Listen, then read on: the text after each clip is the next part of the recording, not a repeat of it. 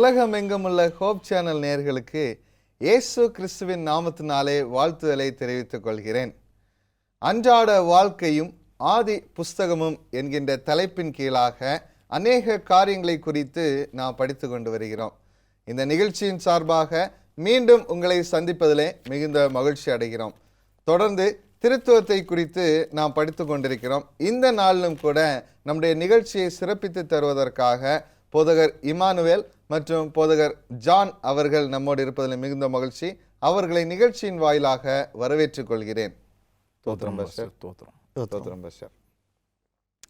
திருத்துவத்தை குறித்து அருமையாக படித்து கொண்டிருக்கிறோம் இல்லையா? பிதா, குமாரன், பரிசுத்த ஆவியானவரை குறித்து போன நாளிலே நாம் அருமையாக பிதாவாகிய தேவனை குறித்து படித்தோம். பாஸ்டர், நீங்கள் கொஞ்சம் விளக்கமாக சொல்லுங்களேன். குமாரனாகிய இயேசு கிறிஸ்துவை குறித்து கொஞ்சம் சொல்லுங்கள். ஆமாம், நம்ம இந்த தண்ணீருடைய 3 நிலை அதை ஒப்பிட்டு ஒரே தெய்வம் ஆனால் 3 நபராக வெளிப்பட்டார் அப்படின்னு சொல்லி சொல்லுகின்ற பொழுது பிதாவை பற்றி பாஸ்டர் ஜான் ஆஸ்பன் நல்லா சொன்னாங்க. எப்படி பழைய ஏற்பாட்டில் பிதா இருந்தார், அவர் புதிய ஏற்பாட்டிலையும் இருந்தார். புதிய ஏற்பாட்டிற்கு பிறகு இயேசு கிறிஸ்துவனுடைய மரணத்திற்கு பிறகும் நாங்கள் அவனிடத்தில் வாசம் பண்ணுவோம், அழகாக சொன்னாங்க. அதே போல் பிதாவை பற்றி நம்ம படித்த மாதிரி நிறைய கிறிஸ்துவர்கள் இந்த தண்ணீர் அந்த கொள்கையை பற்றி பேசுகிறாங்களா, இந்த 3 ஸ்டேட்ஸ் ஆஃப் வாட்டர் அந்த இதை பற்றி பேசுகிறவங்க பழைய ஏற்பாட்டில் கிறிஸ்து இல்லை அப்படிங்கிற மாதிரி தான் சொல்கிறேன். அப்படி தான் அவங்களுடைய போதனை. ஆனால் வேதம் அப்படி சொல்லலை. வேதத்தில் ஒரு வசனம் சொல்லுது, நம்ம ஆதியிலே தேவன் வானத்தையும் பூமியும் படைத்தார். அது பிதாவை எடுத்துக்கிட்டாலும் அதே இது யோவான் 1வது அதிகாரம் 1வது வசனம் சொல்லுது, ஆதியிலே வார்த்தை இருந்தது, அந்த வார்த்தை தேவனிடத்தில் இருந்தது, அந்த வார்த்தை தேவனாய் இருந்தது. பிதா, வார்த்தை, பரிசுத்த ஆவி மூவரும் ஒன்றாக இருக்கிறார்கள். இந்த வார்த்தை அப்படிங்கிறது குமாரனாகிய கிறிஸ்து குறிக்குது. அப்படி தானே? அப்படின்னா அவர் உலக தோற்றத்திலேயே அவர் இருந்திருக்கிறார். ஆதியிலே வானத்தையும் பூமியும் சிருஷ்டித்தார் அப்படிங்கிற மாதிரி குமாரனும் சிருஷ்டிப்பில் இருந்திருக்கிறாரு. அதுக்கு நான் வசனம் சொல்கிறேன், வசனம்தான் ஆதாரம். கொலைசியர் 1வது அதிகாரம் 16வது வசனம் பவுல் எழுதுகிறாரு பாருங்களேன். கொலைசு சபைக்கு எழுதும்போது எழுதுகிறாரு, கொலைசியருக்கு எழுதும்போது எழுதுகிறாரு, ஏனென்றால் அவருக்குள் சகலமும் சிருஷ்டிக்கப்பட்டது, பரலோகத்தில் உள்ளவைகளும் பூலோகத்தில் உள்ளவைகளும் ஆகிய காணப்படுகிறவைகளும் காணப்படாதவைகளும் ஆனாலும், அதுக்கு அடுத்து சொல்லுது, சிங்காசனங்கள் ஆனாலும் கர்த்தத்துவம் ஆனாலும் துரைத்தனங்கள் ஆனாலும் அதிகாரங்கள் ஆனாலும் சகலமும் அவரை கொண்டும் அவருக்கென்றும் அது சிருஷ்டிக்கப்பட்டது. நான் இயேசு கிறிஸ்துக்காக தான் படைக்கப்பட்டது, அவருக்கென்றும் அவரை கொண்டும் படைக்கப்பட்டது. அப்படின்னா அவரை கொண்டுனா கர்த்தராகிய இயேசு கிறிஸ்து சிருஷ்டிப்பில் இருந்திருக்கிறார், பழைய ஏற்பாட்டில் இருந்திருக்கிறாரு, முக்கியமாக சிருஷ்டிப்பில் அவர் இருந்திருக்கிறாரு அப்படின்னு சொல்லி வசனம் தெளிவாக சொல்லுகின்றது. இந்த தண்ணீரை பற்றி சொல்கிறாங்க பார்த்தீங்களா, பனிக்கட்டி, தண்ணீர், நீராவி அப்படிங்கிறலாம் அது வேணால் கேட்குறதுக்கு நல்லா இருக்கும். ஆனால் வேதம் அதை சொல்லலை. ஆனால் புதிய ஏற்பாட்டு காலத்தில் இயேசு கிறிஸ்து இருந்தாரான்னா எல்லாருமே சொல்லுவாங்க. 4 சுவிசேஷங்கள் அதை தான் சொல்லுது. 4 சுவிசேஷம் இயேசு கிறிஸ்து இந்த உலகத்தில் ஒரு பாலகனாக பிறந்து வளர்ந்து அவர் நமக்காக அவர் மரித்தார், அவர் மரித்து உயிர்த்து பரமேறி சென்றார் அப்படிங்கிற இதுதான் சுவிசேஷம். புதிய ஏற்பாட்டு காலத்தில் இயேசு கிறிஸ்து இருந்திருக்கிறார். தேவன் தம்முடைய ஒரே பேரான குமாரனை விசுவாசிக்கிறவன் எவனோ அவன் கெட்டு போகாமல் நித்திய ஜீவனை அடையும்படி இவ்வளவாய் உலகத்தில் அன்பு கூர்ந்தார் அப்படின்னு நம்ம படிக்கிறோம். அதே பாருங்க, இயேசு கிறிஸ்து மரித்து உயிர்த்த பிறகு அவர் பரிசுத்த ஆவியானவரை மாறிட்டார் அப்படின்னு சொல்லி ஒன்று சொல்கிறாங்களா? பரிசுத்த ஆவியானவர் வேற, இயேசு வேற. சரியா? அவர் இயேசு கிறிஸ்து சொல்கிறாரு, சொல்லும்போது சொல்கிறாரு, நீங்கள் மத்தேயு 28வது அதிகாரத்தில் நம்ம படிக்கிறோம், 20வது வசனத்தில் நம்ம படிக்கின்ற பொழுது 19வது வசனத்தில் படிக்கின்ற பொழுது, நீங்கள் புறப்பட்டு போய் சகல ஜாதிகளையும் சீசராக்கி பிதா, குமாரன், பரிசுத்த ஆவின் நாமத்தினால ஞானஸ்தானம் கொடுங்கள் அப்படின்னு சொல்லிட்டு அந்த 20வது வசனத்தில் சொல்கிறாரு என்ன அப்படின்னு சொன்னால், நான் உங்களுக்கு கட்டளையிட்ட யாவையும் அவர்கள் கை கொள்ளும்படிக்கு அவர்களுக்கு உபதேசம் பண்ணுங்கள். இதோ உலகத்தின் முடிவு பரியந்தம் சகல நாட்களிலும் இருக்கிறேன். நான் முடிவு பரியந்தம், உலகத்தின் முடிவு பரியந்தம் நான் இருப்பேன் அப்படின்னு பாஸ்டர் ஜான் ஆஸ்பன் ஒரு வசனம் சொன்னாங்க, யோவான் 14:23. ஆமாம், பிதாவும் நானும் அவங்களிடத்தில் வாசம் பண்ணுவோம் அப்படின்னா, இதோ உலகத்தின் முடிவு பரியந்தம் சகல நாட்களிலும் போங்க அப்படின்னா, இயேசு இந்த உலகத்தில் பூமியில் கடைசி வரைக்கும் இருக்கிறாரு. அவர் 2ஆம் முறை வந்துட்டு அவரை நம்மளை கூட்டிகிட்டு போகிறாரு. நாம் நித்தியமாக நாம் அவரோடு கூட நம்ம வாழுவோம். அதுதான் உண்மை. அருமையான கருத்துக்களை நம்ம படிக்கிறோம். இயேசு கிறிஸ்துவும் சிருஷ்டிப்புலையும் இருந்திருக்கிறாரு, 4 சுவிசேஷத்தில் இருந்திருக்கிறாரு, இன்றும் அவர் இருக்கிறார். உலகத்தின் கடைசி பரியந்தம் அவர் நம்மோடு கூட இருக்கிறார் என்பதை குறித்து பார்த்தோம். ஜான் ஆஸ்பன், நீங்கள் பரிசுத்த ஆவியாகிய தேவனை குறித்து கொஞ்சம் சொல்லுங்களேன்.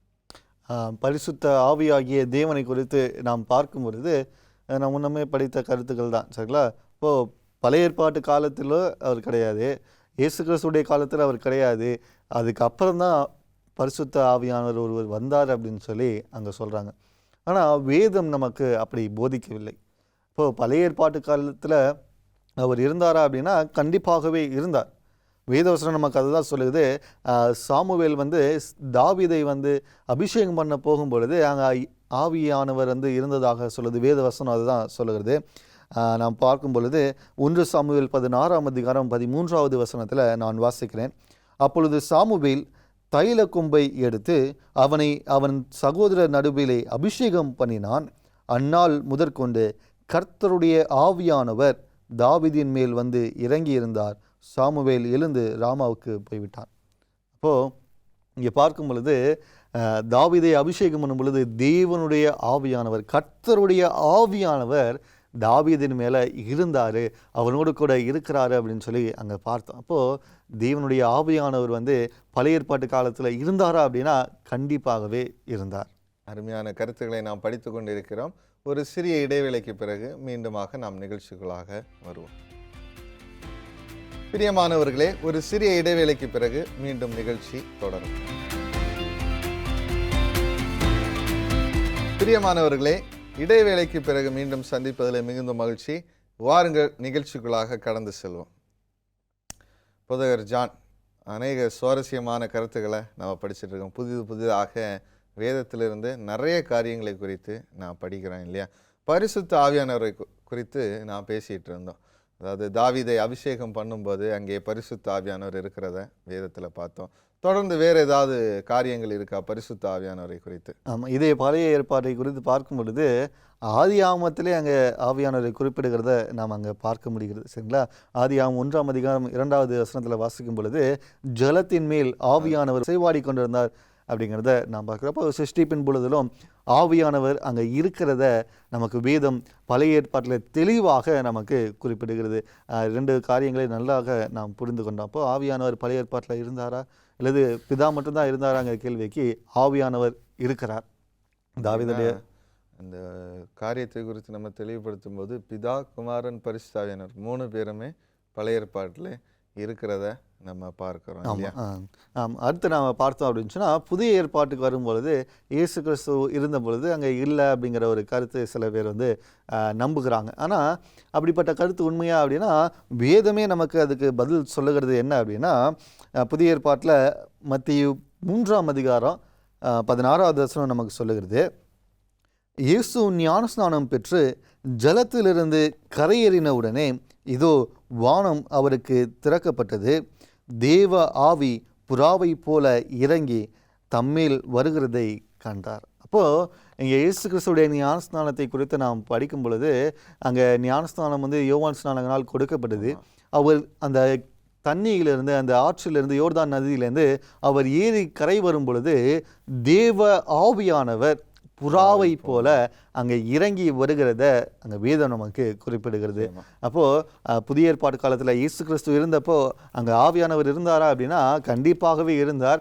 ஆவியானவரை அவர் பெற்றுக்கொண்டு தான் அவருடைய ஊழியத்தையே அங்கே இயேசு கிறிஸ்து துவங்குகிறார் அப்படின்னு சொல்லி அங்கே பார்க்குறோம். அப்போது ஆவியானவர் புறாவை போல புதிய ஏற்பாட்டு காலத்தில், அதாவது இயேசு கிறிஸ்துடைய காலத்தில் இறங்கி வந்ததை அங்கே வேத வசனம் நமக்கு தெளிவாக காட்சிப்படுத்தி காண்பிக்கிறது.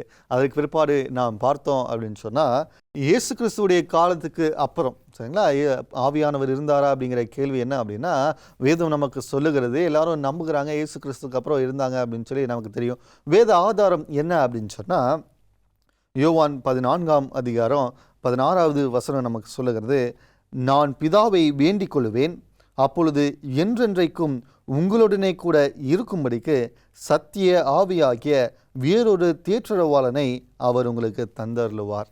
சரிங்களா? அப்போது இயேசு கிறிஸ்து தான் இந்த வார்த்தையை சொல்லுகிறாரு. என்ன அப்படின்னா, அவர் மரித்துட்டாரு, மீண்டுமாக பரமேறி செல்லுகிறதுக்கு முன்பாக சொல்கிறாரு என்ன என்றாரா, தேற்றரவாளனாகிய ஆவியானவரை அங்கே நமக்கு தருகிறார் அப்படின்னு சொல்லி அங்கே பார்க்குறோம். அவர் என்றென்றைக்கும் நம்மோடு கூட இருக்க போகிறாராம். அப்போது ஆவியானவர் புதிய ஏற்பாட்டு காலத்துக்கு அப்புறம் இருந்தார் அப்படின்னா கண்டிப்பாகவே இருந்தார்.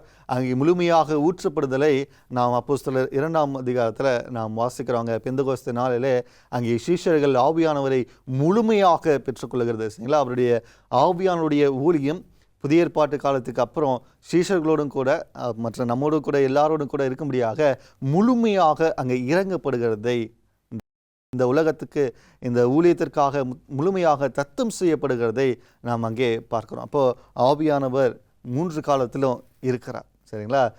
பழைய ஏற்பாட்டில் இருந்தார், புதிய ஏற்பாட்டு காலத்தில் இயேசு கிறிஸ்துவோடு கூட இருந்தார். அப்புறம் ஆவியானவர் பார்த்தா முழுமையாக இறங்கி வந்துட்டார். நம்முடைய ஊழியத்தில் ஆவியானவருடைய ஒத்தாசை இருக்கிறது.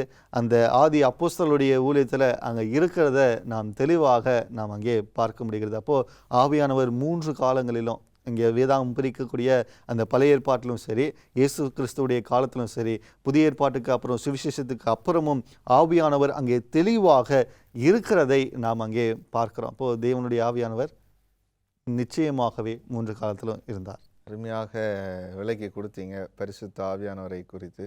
ஆவியானவரும் 3 காலங்கள்லையும் இருக்கிறார் என்பதை தெளிவாக கூறினீங்க. மிகவும் பிரயோஜனம் உள்ளதாக இந்த கருத்துக்கள் காணப்படுகிறது. பாஸ்டர், நீங்கள் குமாரனை குறித்து பேசுனீங்க இல்லையா? ஆமாம். அப்போ அந்த குமாரனை குறித்து பேசும்போது புதிய ஏற்பாட்டிலே நாம் வாசிக்கும்போது அங்கே சொல்லப்படுகிறது, வேதம் சொல்லுகிறது, பிதா, வார்த்தை, பரிசுத்த ஆவி என்பது 3 தேவனை குறித்து நம்ம பார்த்தோம். அதேமாரி யோவான் 1:1 வாசிக்கும் போதும் அந்த வார்த்தை என்கின்ற ஒரு வார்த்தை அங்கே வருகிறத நம்ம பார்க்குறோம். இந்த வார்த்தை குமாரனை குறிக்கிறது என்பதற்கான ஆதார வசனம் ஏதாவது இருக்குதா பாஸ்டர்? அதாவது 1 யோவான் 5:7 பரலோகத்தில் சாட்சியிடுகிறவர் மூவர், பிதா, வார்த்தை, பரிசுத்தாவி. இதில் இந்த வார்த்தை அப்படிங்கிறது தான் யாருன்னு நமக்கு தெரியாது. சரியா? நீங்கள் உங்கள் கேள்வியின் அடிப்படையில் அந்த வார்த்தை யாரை குறிக்கி? யோவான் 1:1 வந்து படிக்கும்போது ஆதியிலே அந்த வார்த்தை இருந்தது, தேவனிடம் இருந்தது, தேவனாய் இருந்தது அப்படின்னு சொல்லி, அது வந்து காட் அப்படின்னு சொல்லி, அந்த வார்த்தை தேவன் அப்படின்னு சொல்லி சொல்லுகின்றது. அதை வந்து லோவர் காடு அப்படி இப்படிலாம் நம்ம அது மனுஷனாக சொல்லிக்கிற வார்த்தை. அது தேவனோடு இருந்தது, தேவனாய் இருந்தது அப்படின்னு சொல்லி படிக்கிறோம்.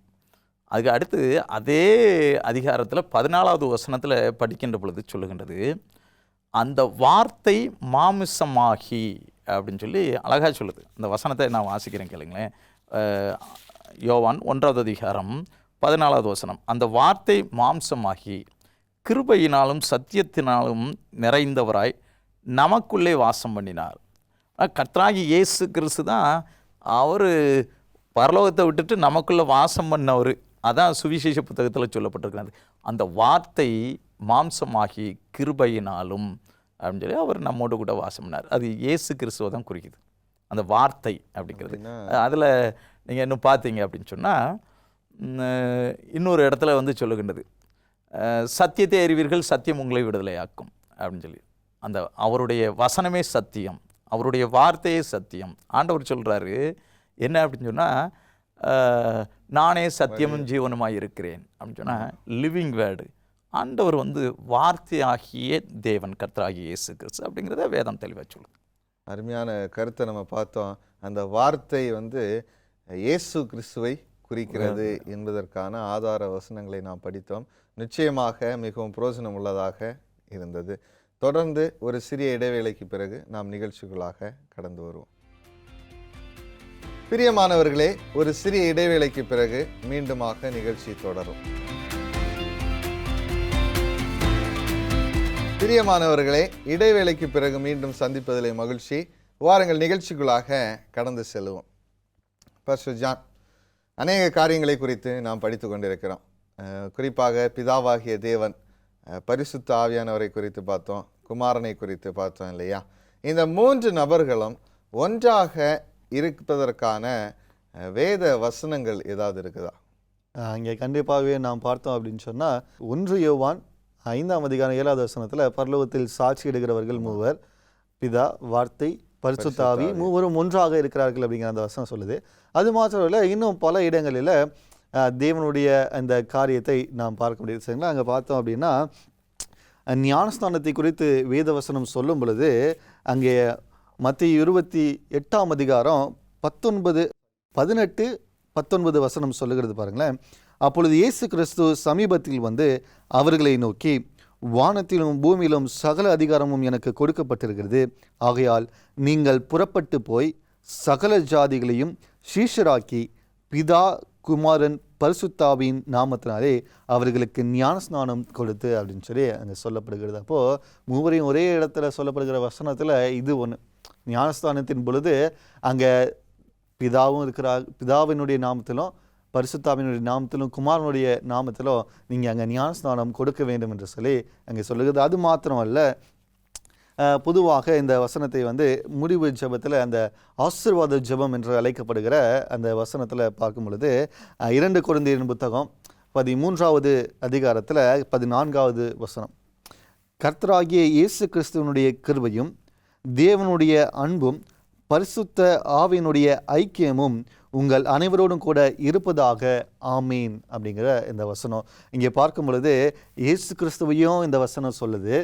அங்கே பிதாவாகிய தேவனுடைய அன்பு நமக்கு தேவை அப்படின்னு சொல்லி அந்த வசனம் சொல்லுகிறத பார்க்குறோம். ஆவியானவருடைய பரிசுத்த ஆவியினுடைய ஐக்கியம் நமக்குள் இருப்பதாக இங்கே இந்த ஆசீர்வாத ஜெபம் அப்படிங்கிற அந்த வசனத்தில், இந்த காரியத்தில் இங்கே 3 பேரும் ஒரே இடத்துல குறிப்பிடப்பட்டிருக்கிறத அங்கே நாம் பார்க்குறோம். அதே போல் பார்த்தோம் அப்படின்னு சொன்னால் எபேசியர் 4ஆம் அதிகாரத்திலும் இந்த மூவரும் ஒரே இடத்துல பதிவிடப்படுகிறத நாம் பார்க்குறோம். 4ஆம் அதிகாரம் 4லிருந்து 6 வசனம் வரைக்கும் நான் வாசிக்கிறேன். உங்களுக்கு உண்டான அழைப்பினாலே நீங்கள் ஒரே நம்பிக்கைக்கு அழைக்கப்பட்டது போல ஒரே சரீரமும் ஒரே ஆவியும் உண்டு. ஒரே கர்த்தரும் ஒரே விசுவாசமும் ஒரே ஞானஸ்நானமும் எல்லாருக்கும் ஒரே தேவனும் பிதாவும் உண்டு. அவர் எல்லார் மேலும் எல்லாரோடும் உங்கள் எல்லாருக்குள்ளும் இருக்கிறார். அப்போது இங்கே மூவரும் அந்த வசனத்தில் குறிப்பிடப்படுகிறத பார்க்குறோம். அந்த மூவரும் ஒரே வசனங்களில் குறிப்பிடப்பட்டதில் இது முக்கியமான காரியங்களாக இருக்கிறது. இமானுவேல், உங்களுக்கான ஒரு சின்ன கேள்வி என்ன அப்படின்னா, பாஸ்டர் ஜான் அருமையாக சொன்னாங்க. என்ன அப்படின்னா, 3 பேருடைய நாமமும் அல்லது பெயர்களும் ஒரே வசனத்தில் குறிப்பிடப்பட்டிருக்கிறத நம்ம பார்க்குறோம். இந்த 3 பேரும் ஒன்றாக இருந்த சம்பவங்கள் வேதாகமத்தில் இருக்கா பாஸ்டர்? ஆமாம், நீங்கள் கேட்குற கேள்வி நல்ல கேள்வி. நம்ம பழைய ஏற்பாட்டில் புதிய ஏற்பாட்டுக்கு காலத்துக்கு பிறகு பிதா, குமாரன், பரிசுத்த ஆவி வெவ்வேறு காலங்களில் 3 காலங்கள்லையும் இருந்ததுக்கு நிறைய வசனங்கள் இருக்குது, சம்பவங்கள் இருக்குது. தனித்தனியாக அவங்க பிரசன்னமானதுக்கு சிருஷ்டிப்பில் நம்ம படித்தோம். ஆதியிலே வார்த்தை, ஆதியிலே தேவன் வானத்தையும் பூமியையும் படைத்தார், ஜலத்தின் மேல் அசைவாடி கொண்டிருந்தார். இதை மாதிரி இருக்குது. இதை மாதிரி நான் புதிய ஏற்பாட்டில் ஒரு சம்பவத்தை நான் சொல்ல விரும்புகிறேன். நம்ம எல்லாருக்குமே தெரிஞ்ச ஒரு சம்பவம். கர்த்தராகிய இயேசு கிறிஸ்து அவர் இந்த உலகத்தில் ஒரு 30 வயசு ஆனவுடனே யோவான் ஸ்நானகனிடம் அவர் ஞானஸ்தானம் பெறுவதற்காக போகிறார். மத்தேயு 3வது அதிகாரம் 16வது வசனம் இவ்வாறாக சொல்லுகிறது, இயேசு ஞானஸ்தானம் பெற்று ஜலத்திலிருந்து கரையேறின உடனே இதோ வானம் அவருக்கு திறக்கப்பட்டது, தேவ ஆவி புறாவை போல் இறங்கி தம்மில் வருகிறதை கண்டார். 17வது வசனம் சொல்லுது, அன்றியும் வானத்திலிருந்து ஒரு சத்தம் உண்டாகி, இவர் என்னுடைய நேசகுமாரன், இவரில் பிரியமாயிருக்கிறேன். இந்த சம்பவத்தை வந்து பார்த்தீங்கன்னா, இயேசு ஞானஸ்தானம் பெற்று கரையேறுறாரு. அப்போ தேவ ஆவினா யாரு? ஸ்பிரிட் ஆஃப் காட், தேவ ஆவியானவர், பரிசுத்த ஆவியானவர் புறாவை போல் அப்படி இறங்குறாரு. 2வது நபர் ஆயிட்டாரா ஒரே சம்பவத்தில் ஞானஸ்தானத்தில். அதுக்கடுத்து வானத்திலிருந்து ஒரு சத்தம் உண்டாகி, அதில் வந்து சொல்லுது, அந்த சத்தம், என்னுடைய நேசகுமாரன் இவரில் பிரியமாய் இருக்கிறேன் அப்படின்னு சொல்லி ஒரு வார்த்தை சொல்லுது. அது யார் சொல்கிறாரு? என்னுடைய நேசகுமாரன் பிதா. 3 நபர்களும் ஒரே இடத்துல பிரசன்னமாக இருக்கிறாங்க. ஒருத்தர் தான் 3 பேர் அப்படின்னு சொல்கிற கதைலாம் இந்த வசனத்தை ஒப்பிட்டு பார்க்கின்ற பொழுது அது பொய் அப்படிங்கிறது ரொம்ப தெளிவாக தெரியும். அது நம்ப தகுந்தது அல்ல. இன்னொரு சம்பவத்தை நான் சொல்கிறேன். நீங்கள் வந்து மத்தேயு எழுதின சுவிசேஷ புத்தகம் 17வது அதிகாரம் எல்லாருக்குமே தெரிஞ்ச ஒரு தான், மருவமலையின் காட்சி. அவர் மருவமலையில் போய் அவர் வந்து அங்கே வந்து 3 சீசர்களை கூட்டிகிட்டு போகிறாரு. யார்? பேதுரு, யோவான், யாக்கோபு, 3 பேரையும் கூப்பிட்டு போகிறாரு. 3 பேரும் பார்த்துட்ருக்குறாங்க. அப்போது கர்த்தராகிய இயேசு கிறிஸ்துவனுடைய வலது பக்கத்தில் ஒருத்தர், இடது பக்கத்தில் ஒருத்தர், மோசையும் எலியாவையும் அந்த காட்சியை பார்க்குறாரு. அந்த காட்சியை பார்க்கும்போது அந்த காட்சியில் ஒரு முக்கியமான ஒரு சம்பவம் 5வது வசனம் சொல்லுது, அவர் பேசுகையில் இதோ ஒளியுள்ள ஒரு மேகம் அவர் மேல் நிழலிட்டது, இவர் என்னுடைய நேசகுமாரன் இவரில் பிரியமாயிருக்கிறேன். அந்த மேகம் பரிசுத்த ஆவியானவரை குறிப்பதாக சொல்கிறாங்க. ஏன்னா அந்த ஞானஸ்தான சம்பவத்தையும் இதையும் ஒப்பிட்டு சொல்லுகின்ற பொழுது பரிசுத்த ஆவியானவர் மருவமலை காட்சியிலையும் அவர் வந்து வெளிப்பட்டிருக்கிறார். அது இன்னொரு சத்தம் வருது, இதோ என்னுடைய நேசகுமாரன் இவர் என்னுடைய நேசகுமாரன் இவரில் பிரியமாயிருக்கிறேன். இந்த மருவமலையின் காட்சியிலையும் கர்த்தராகிய இயேசு கிறிஸ்து பிரசன்னமாக இருக்கிறாரு அப்படிங்கிறத நம்ம தெளிவாக படிக்க முடியும். இந்த 2 சம்பவத்திலையும் அவர் வெளிப்பட்டிருக்கிறார். அருமையாக நாம் பார்த்தோம். இந்த சம்பவங்களில் மூவரும் சேர்ந்து அங்கே இருக்கிறத பார்க்க முடியும். அருமையான காரியங்களை நாம் படித்து கொண்டிருக்கிறோம். நிச்சயமாக அனைவருக்கும் இது பிரயோஜனமாக இருக்கும் என்பதை நான் கிறிஸ்து இயேசுவுக்குள் நம்புகிறேன். இந்த நிகழ்ச்சியின் வாயிலாக போதகர் இருவர்களுக்கும் நான் நன்றியை தெரிவித்துக் கொள்கிறேன். இந்த நிகழ்ச்சியின் முடிவுக்கு நாம் வந்திருக்கிறோம். போதகர் ஜான் ஒரு சிறிய ஜெபத்தோடு உங்களை முடிக்கும்படியாக கேட்டுக்கொள்கிறேன். ஜெபிப்போம். பரலோகத்தில் இருக்கிற எங்கள் நல்ல தெய்வனே, உம்முடைய மகத்துவம் எவ்வளோ வல்லமை உள்ளது. இந்த வேதாகமத்திலே 3 வெவ்வேறு நபர்களாக பரிசுத்த ஆவியானவரும் குமாரனும் அதே போல் பிதாவும் இருக்கிறதாக நாங்கள் தெளிவாக படித்து கொண்டிருக்கிறோம். ஆண்டவரே, வேதாகமத்தின் ஞானத்தை தேவனீர் எங்களுக்கு தருகிறதுக்காக நன்றி தகப்பனே. இதை பார்க்கிற ஒவ்வொரு நேயர்களையும் தேவனீர் ஆசீர்வதிங்க, அவங்களுடைய தேவைகளை தேவனீர் சந்திங்க. உம்முடைய கிருபை எங்கள் அனைவரோடு கூட இருக்க வேண்டும் என்று அன்பின் ஆண்டவர் இயேசு கிறிஸ்து மூலமாய் ஜெபிக்கிறேன், ஜீவனும் இரக்கமும் நிறைந்த நல்ல தகப்பனே, ஆமென். நேயர்களே, அருமையான காரியங்களை நாம் படித்தோம். பிதா, குமாரன், பரிசுத்த ஆவியானவர் இவர்களை குறித்து அநேக காரியங்களை நாம் கற்றுக்கொண்டோம். இன்னும் இப்படிப்பட்ட சுவாரஸ்யமான காரியங்களை தெரிந்து கொள்வதற்கு எங்கள் நிகழ்ச்சிகளை தொடர்ந்து பாருங்கள். தேவன் உங்கள் அனைவரையும் ஆசீர்வதிப்பாராக. ஆமென்.